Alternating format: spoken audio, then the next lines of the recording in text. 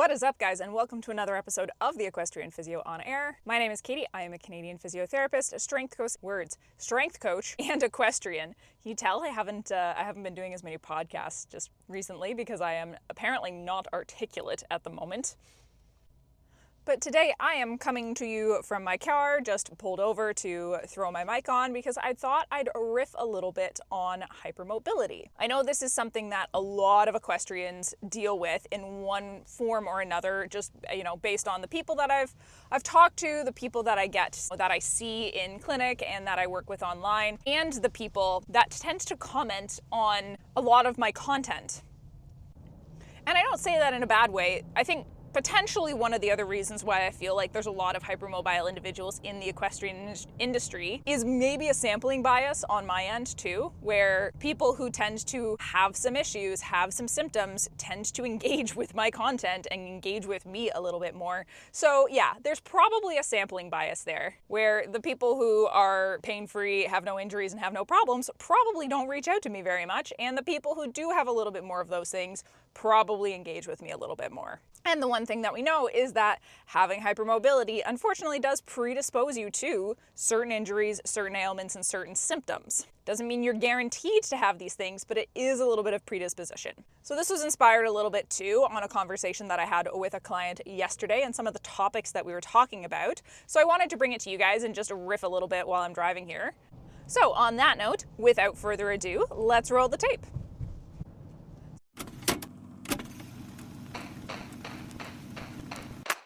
Hey, I'm Katie.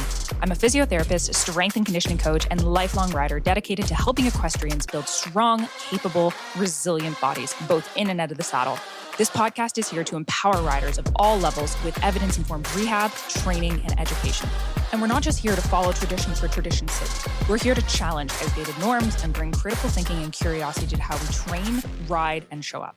Let's get into it. So just a quick little life update for you all. Not as much going on with me recently, which is, kind of a good thing. We're settling into fall, winter, if you will, here in Canada. The pretty fall is done. The fall where, the leaves are all turning on the trees and it's still fairly warm and it's still fairly sunny. And now we're into just, daylight savings time has ended. So now it gets dark by 5:30.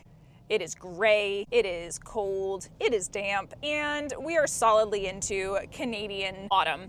That period between when all the leaves come down and we haven't quite reached the winter solstice yet to officially say we're in winter.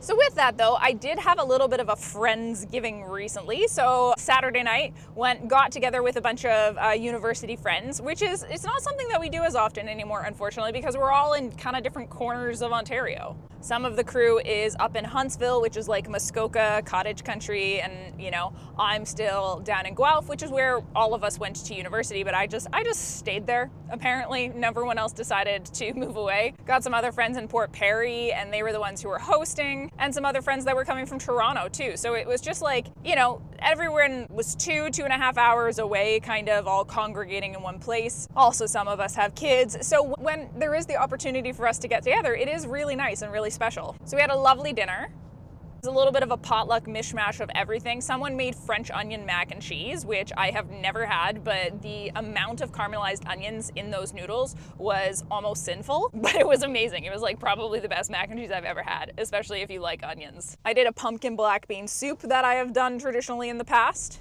And we also had some flatbreads, and then we had some Portuguese custard tarts and apple crisp for dessert. And so it was just really nice. It was really nice to hang out with my friends, hang out with their kids, catch up with everyone, and just have a little moment. And then I took the opportunity, because Port Perry is a little bit closer to my parents' place, and that is where I was storing my winter tires for the season, to go pick up my winter tires, which is, just a super exciting life stuff. Stayed at my parents' after dinner instead of driving back to Guelph, because it was basically 1 hour in one direction versus 2 hours in the other direction. And right now I am currently driving back to my place in Guelph with a bunch of tires in the back of my car because, yay, living in the Northern Hemisphere.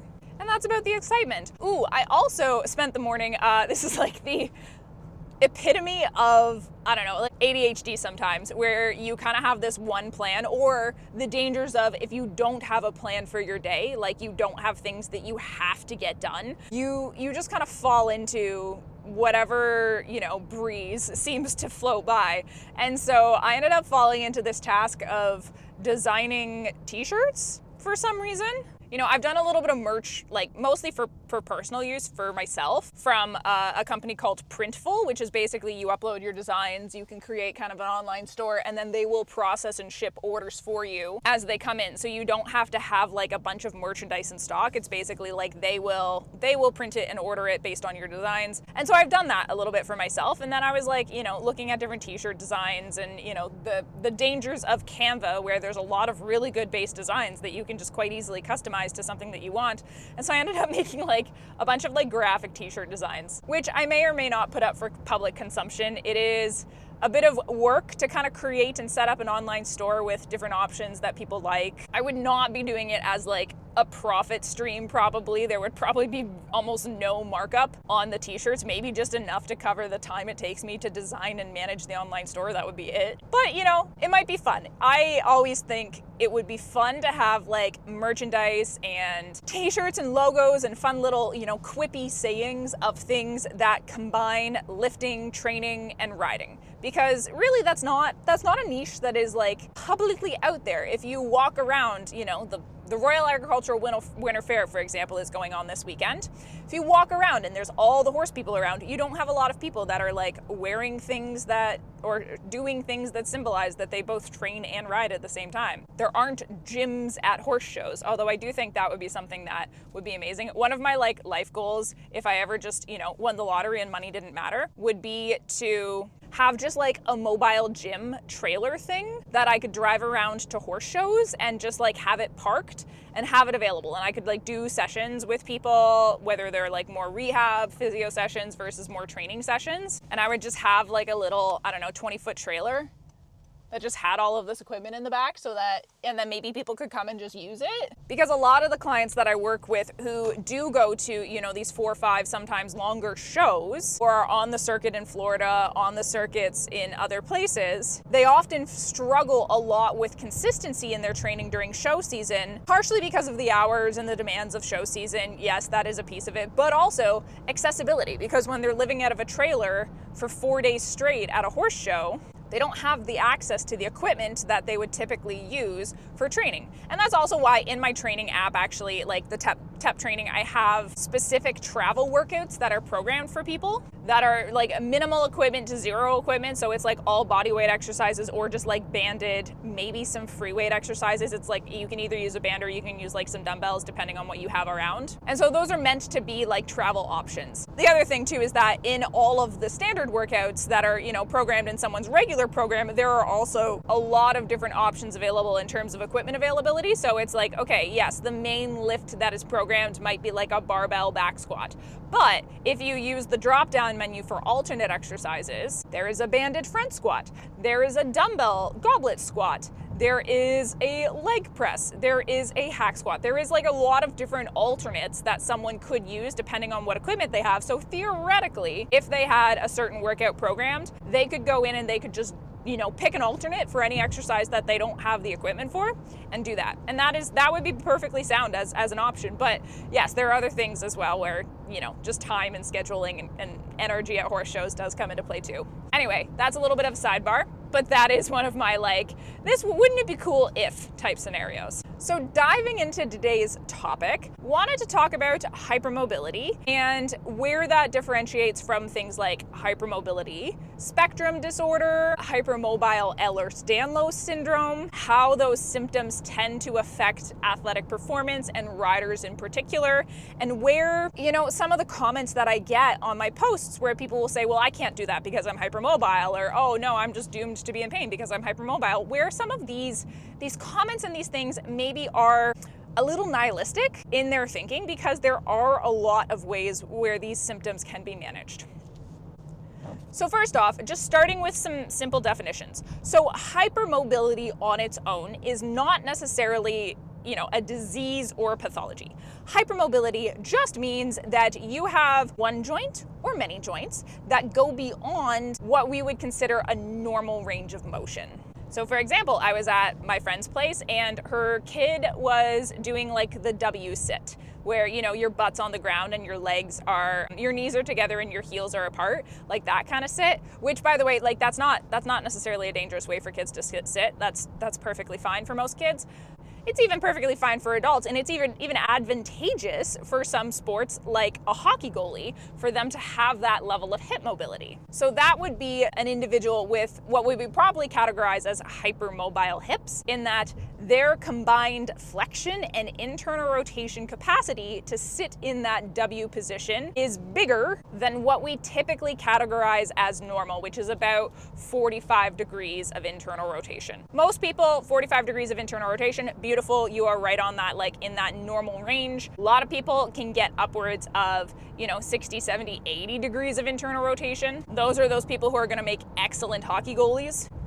And that would be someone who we would probably classify as hypermobile in their hips. Some people have generalized hypermobility, and that is where they have multiple joints in multiple areas across their body that do have this excessive range of motion. One of the screening tools we use for that is called a Baton score, which is essentially a score out of 9, and anything, I think, greater than a 4 or 5, don't quote me on that detail, is what we would classify as general hypermobility. So when we look at that, we look at if someone can bend their pinky backwards greater than 90 degrees, and on one side versus the other, if they can do it on both hands, that is a score of 2. Then can they, you know, palm facing the ground, touch their thumb to their forearm? If they can do that on both sides, that's another 1 point and 2 points. Do their elbows hyperextend, so bend backwards greater than 10 degrees, that's another point on each side if they hit that.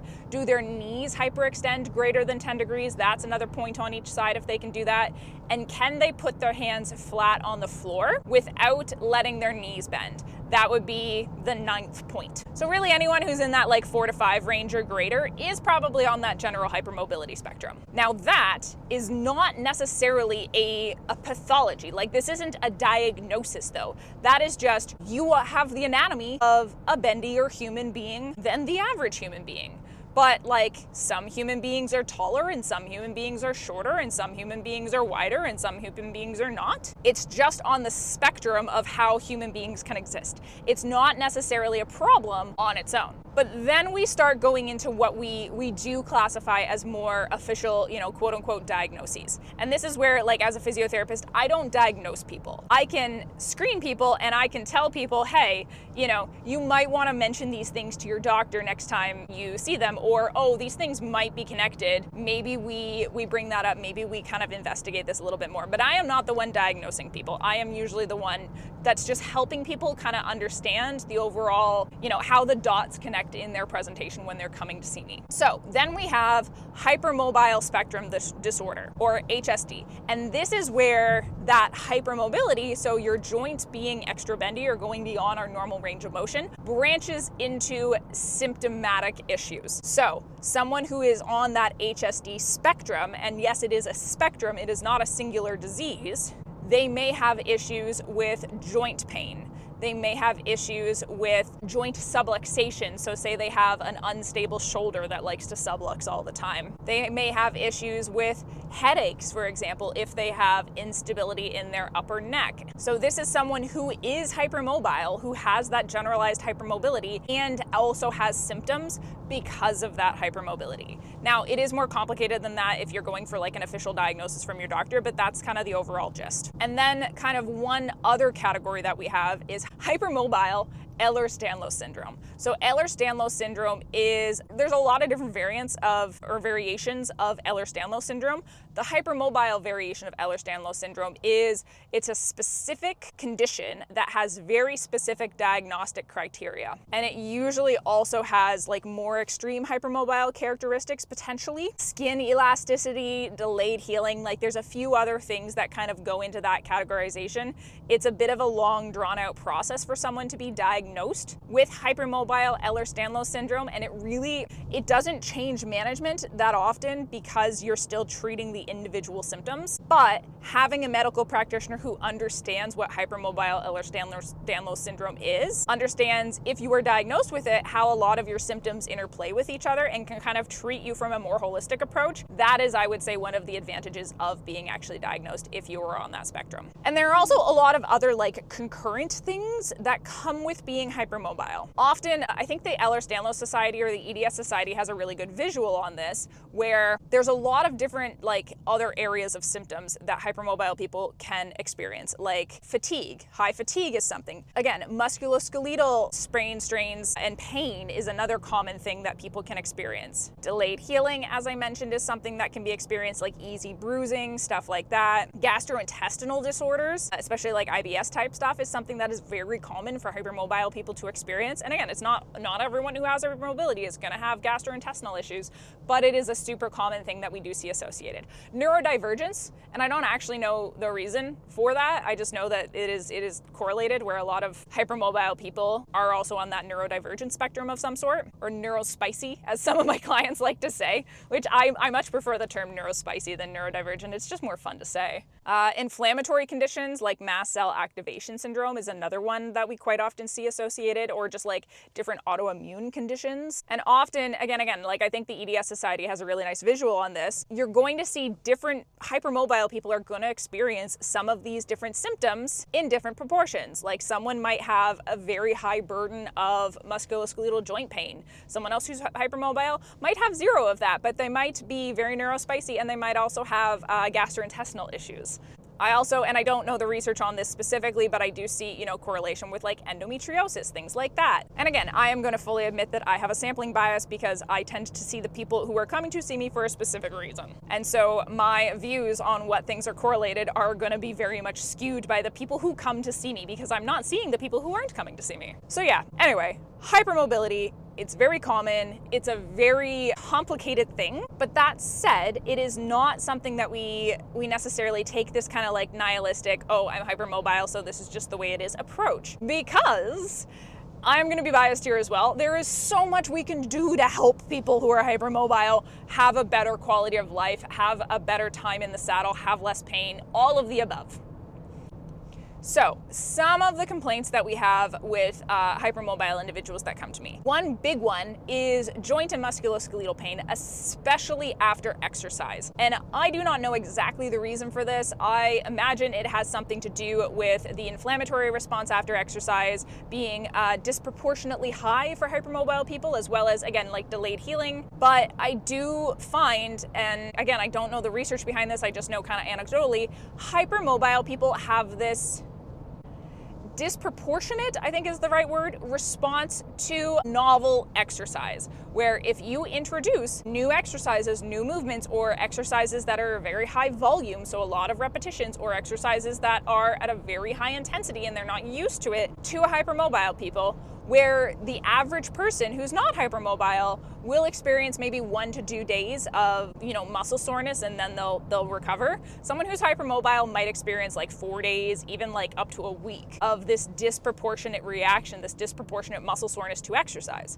And so that is when I am working with hypermobile individuals, especially people who haven't done a lot of exercise in their history, their body's not used to it, I start extremely slow. Like, it's almost stupid slow, because these people that I'm working with, they're fit enough, especially if they're riders, they're usually fit enough to start with way more than I'm giving them. But I know that if I give them what they're actually capable of right off the bat, they are going to be so sore, they're not going to be able to function very well for like a week. And so we start with what is kind of called intentional underdosage. So basically starting them at like 20 to 30% of what they're capable of. Like maybe they have the physical capacity to do an 80-pound squat.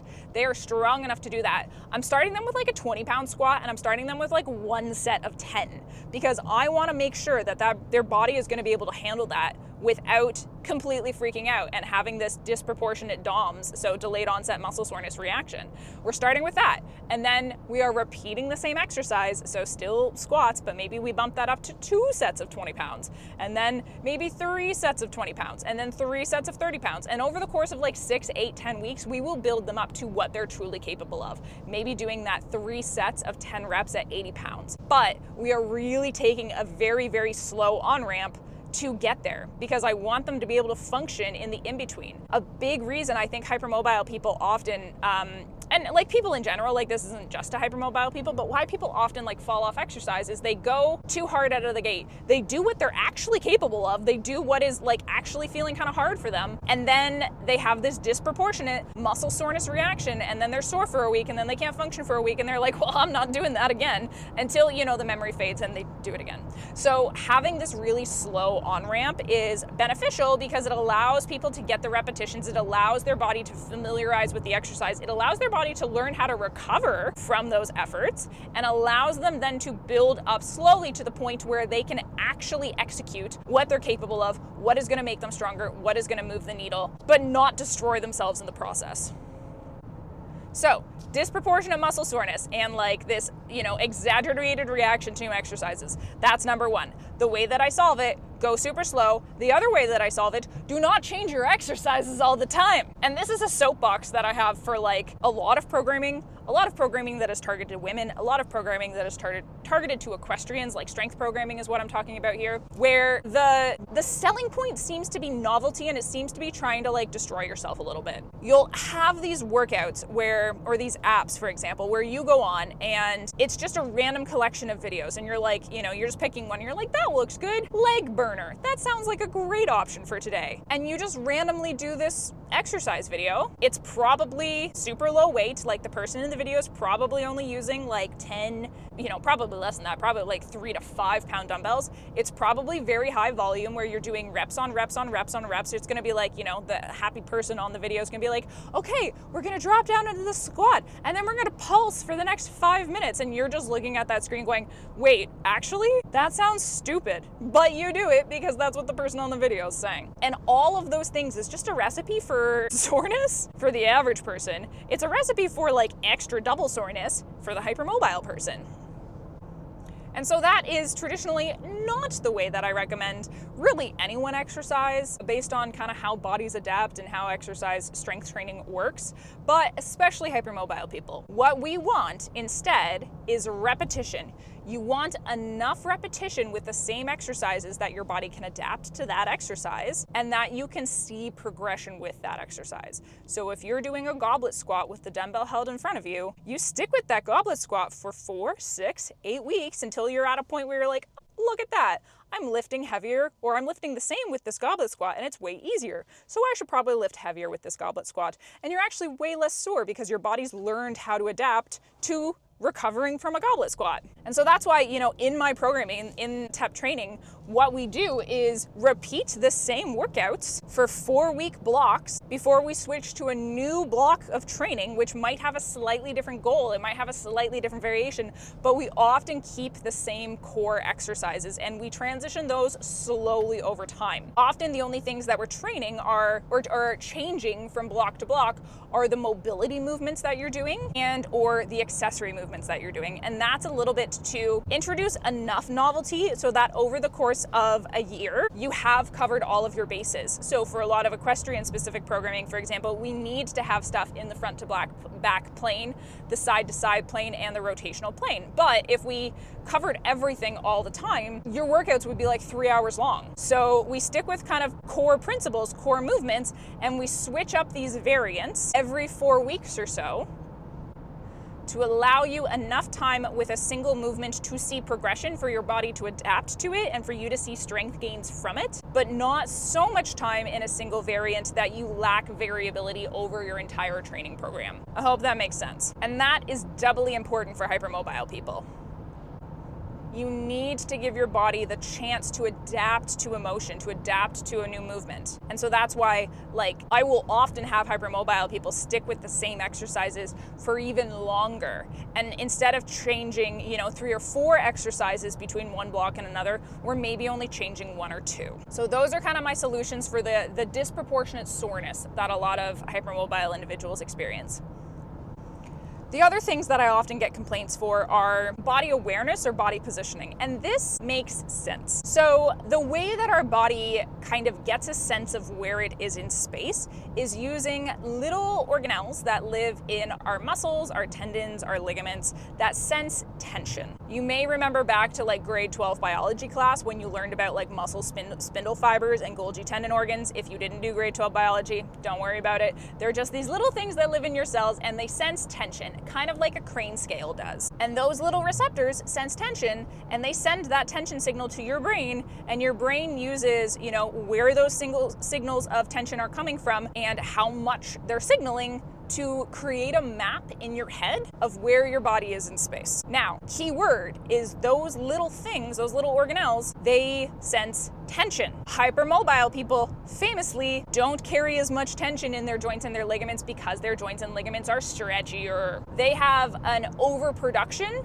of elastin, which is the stretchy bit of our tendons and ligaments and joint capsules and such, and they usually underproduce collagen. Again, it's more complicated than that with different individual variations, but they have too much stretchy stuff, not enough stiff stuff. That means that there is less resting tension in their ligaments. And when you combine that with potentially not having a lot of resting muscle tone around some of these ligaments too, or around some of these joints, I should say, that means that the map of their bodies in their brains is not as crisp of a signal. So like if you put it in, YouTube quality terms, instead of it being like 4K definition or P definition, it's like 240 or like 360. It's not coming through as crisp.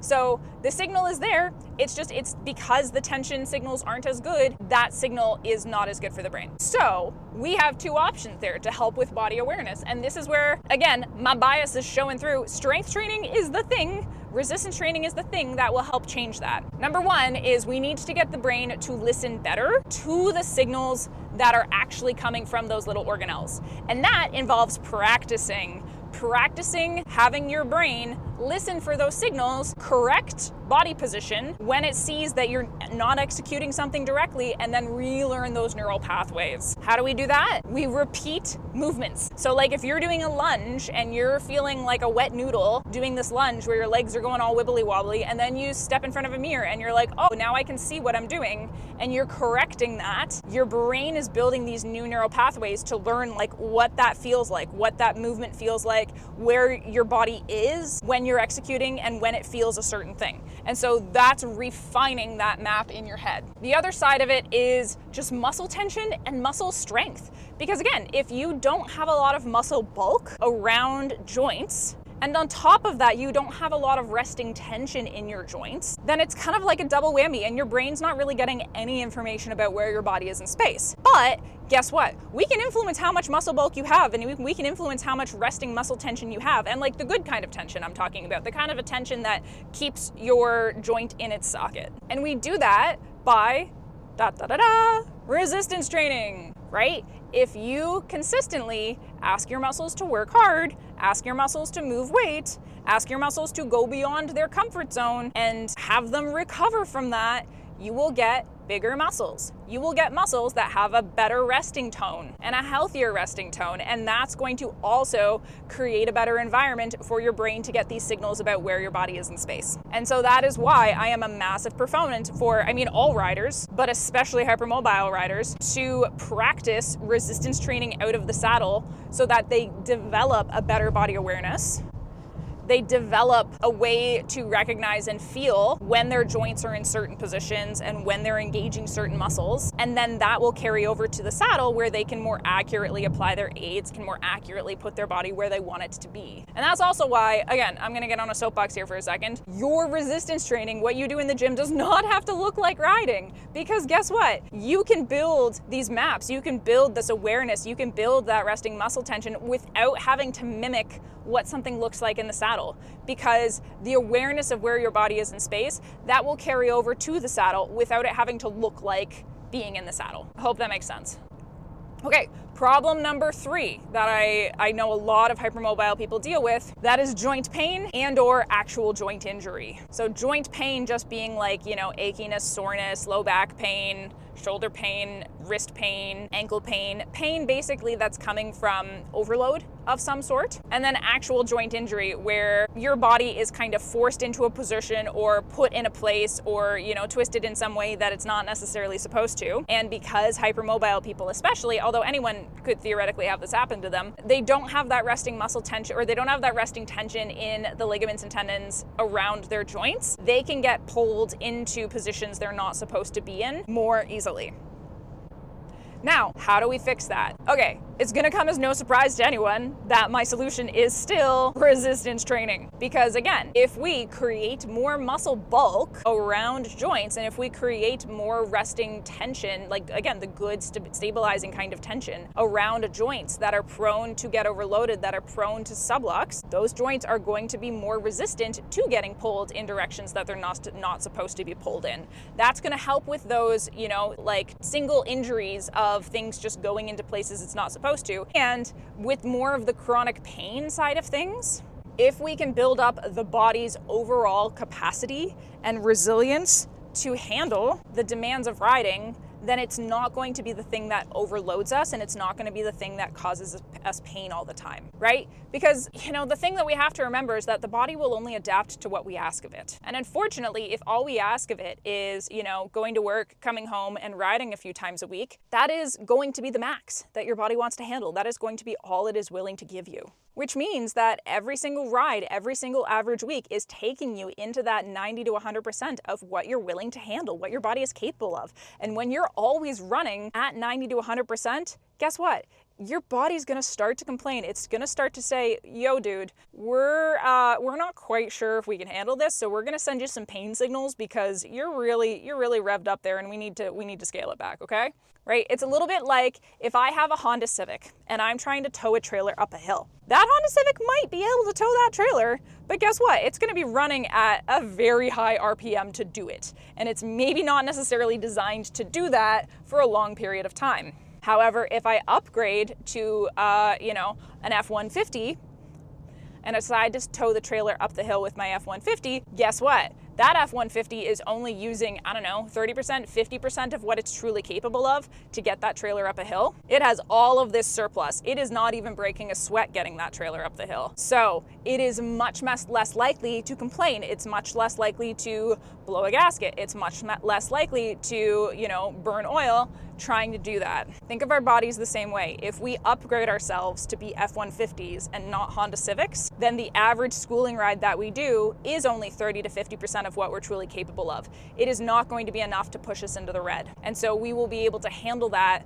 without having pain or achiness or flare-ups all the time. Now, the last thing I'm going to touch on is fatigue, because that is also a very common thing that hypermobile people deal with. Again, I do not know exactly why. I assume it's something to do with inflammation and or being in chronic pain all the time, and or like the fact that your muscles have to work a lot harder to stabilize your joints, all of the above. It's probably that plus a bunch of other things. Someone who is an expert in hypermobility will probably get a lot more into the nitty-gritty science of it for you, but regardless, fatigue is a big thing that hypermobile people deal with. And with that, again, my typical advice and my typical solution is we need to start slow. You need to give yourself achievable goals when it comes to starting training, because a lot of the other physical symptoms that I've talked about, right? One of the biggest answers that we have to those things is just building up a more resilient body that is capable of handling more. But it is that catch-22 of finding the energy to exercise means that you need to have energy.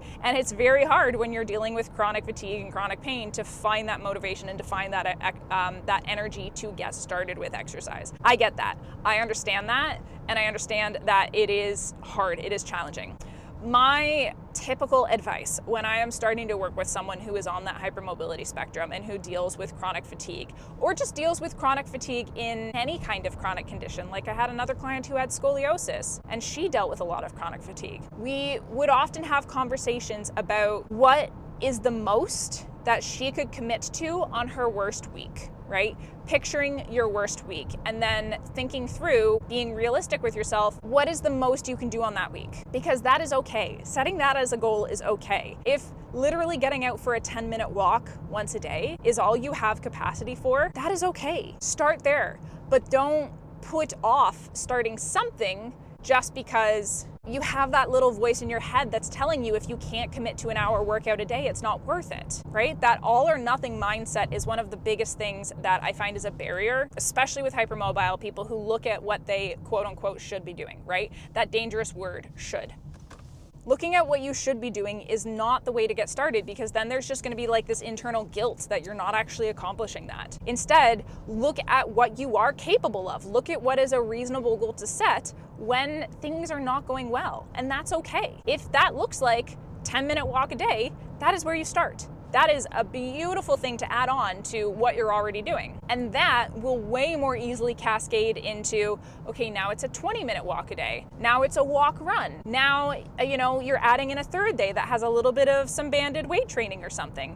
Now you're adding in a fourth day that has a little bit of banded weight training, right? And it might take someone a year to get that. That's the other thing, is just like reassess your expectations of how long this should take. Again, that dirty word, should. I hate that word. It might take someone 6 months to get consistent with a 10-minute walk a day, and that is okay. That is where leaning on other systems like external accountability, friends, a trainer, systems, community, stuff like that can be really helpful. But again, if it takes someone 6 months to get consistent with that, that is not out of the norm. If it takes someone a year to get into the habit of training their body with a band or some weight twice a week, that is okay. That is where you're at. But it is still better than waiting an entire year and not doing anything because you think it's not worth it if you can't do 5 days a week of an hour. Anyway, that's my soapbox. Last thing I'm gonna touch on is bracing. So knee braces, back braces, wrist braces, whatever. My typical advice around bracing, especially when people come to me and they're like, should I use a brace? I have knee pain, should I use a brace? I have wrist pain, should I use a brace? My first question back to them is always, why do you have pain? Because a lot of time people have pain because they are either overloading a system, so they are doing more than that joint or that system can handle, or they don't move enough, which is also, again, that's also going to overload because you're trying to push your body into a mobility that it doesn't have. And in those cases, if you are either lacking strength or lacking mobility or something, or just doing too much, you're going to have pain, but a brace isn't going to help that, because a brace's job is to support and create an external structure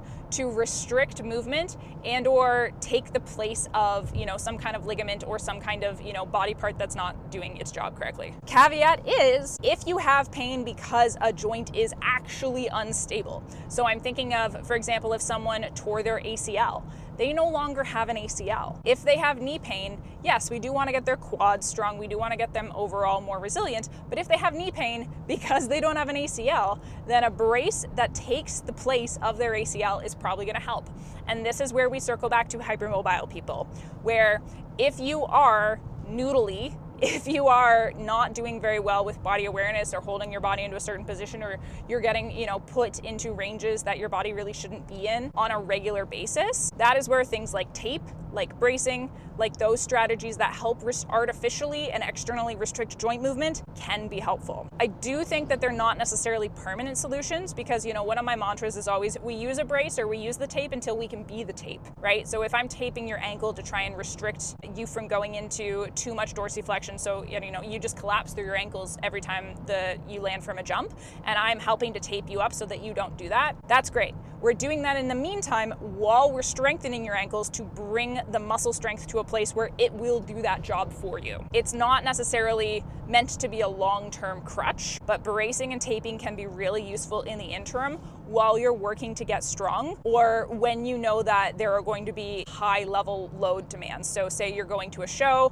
and you've got 4 classes in a day and you're like, yeah, I know my ankles can handle a 1-hour lesson. I don't know how they're going to handle 4 classes. And so you tape up out a little bit of caution, just because that's something that's beyond your norm. Okay, so that's my little brief overview. It wasn't brief. I don't know how long we've been going. I'm not looking at a clock, what, like 40 minutes? But that is my quote unquote brief overview of just some little tidbits on how I handle and how I work with and how I modify things for hypermobile populations. As always, really appreciate you guys listening. Really appreciate every single person for being here. If you could do me a favor, pop over to your listening platform of choice. If you could drop a comment, if you could drop some stars, if you could send this episode to a friend who you know has been struggling with hypermobility, it really helps me build this podcast. It really helps me get the word out there. If you have any questions, always feel free to DM me, send me a message. I am on Instagram at the Equestrian Physio. I am on Facebook at the Equestrian PT. You can check out my website, theequestrianphysio.ca. Yes, there is that little Canada flag in there. And until next time, I didn't really think through this ending until I said it. We'll chat soon.